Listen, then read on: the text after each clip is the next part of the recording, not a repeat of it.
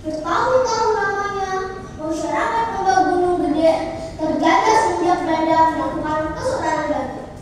Perlawanan rakyat Banten terhadap Belanda tidak pernah berhenti. Salah satunya adalah yang dipimpin oleh Ki Raden Ireng. Kalian tidak pernah lupa diselamatkan saudara kami masih mengalir.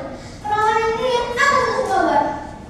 Ki Raden Ireng dan pasukannya terus berusaha menghancurkan Belanda yang menduduki Lembah Gunung Gede. Akhirnya, Belanda berhasil dipukul mundur. Namun, hal tersebut tidak serta-merta mengubah keadaan masyarakat Lembah Gunung Gede. Karena ulah jawara yang tamak akan kekuasaan dan harta, Ki Raden Ireng melakukan perlawanan terhadap jawara yang bertindak sewenang-wenang.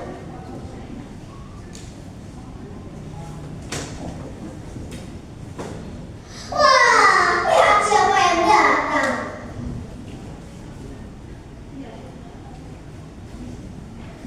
Kau adalah duri dalam daging masyarakat.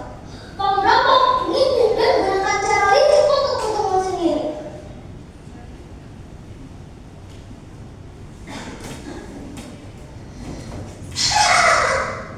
Ayolah kalian pahlawan. Akulah yang lebih cerdik daripada orang lain. Kalian saja terlalu bodoh.